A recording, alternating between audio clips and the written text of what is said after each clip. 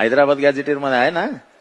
हा मग द्या ना, धनगर वंजारी द्या आम्हाला एसटीचे अधिकार, बंजारा द्या एसटीचे अधिकार, लावाय हैदराबाद गॅझेटियर.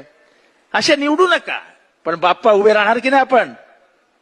मराठ्यांना जेव्हा आरक्षणाचा कायदा आणतील हे सरकार, तेव्हा आमचे सगळे खासदार तुमच्या बरोबर ताकदीने उभे राहतील. हिम्मत असेल तर आणून दाखवा. म्हणजे जे महाराष्ट्रात केलं गेलंय, मराठ्यांना इथे गोळ, ओबीसींना इथे गोळ, ओबीसींनी इथे बघायचं, मराठ्यांनी इथे बघायचं. गोळ फक्त लागलेला दिसतोय, जिभेला लागतच नाही. बाप्पा वाईट वाटून घेऊ नका.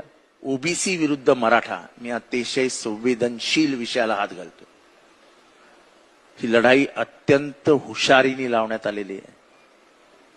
कोणाच्या हातात काय आहे काहीच समजत नाहीये, कोणी काय गमावलाय काहीच समजत नाही, पण दोन्ही समाज अस्वस्थ करण्यात मात्र यश आलेलं आहे. मी माझ्या पक्षाच्या व्यासपीठावरनं माननीय पवार साहेबांची परमिशन घेऊन एक विधान या ठिकाणी करतो की काल जे भुजबळ साहेबांबद्दल बोललं गेलं की त्यांच्या पेकाटात लाथ मारून त्यांना मंत्रिमंडळातनं बाहेर काढा, या विधानाचा मी या ठिकाणी तीव्र शब्दात निषेध करतो. आणि तुम्ही सगळ्यांनी हात वरती करून त्याचा निषेध करा. सगळ्यांचे हात वरती परती पाहिजे. हे चालणार नाही. महाराष्ट्राची ही भाषा नाही.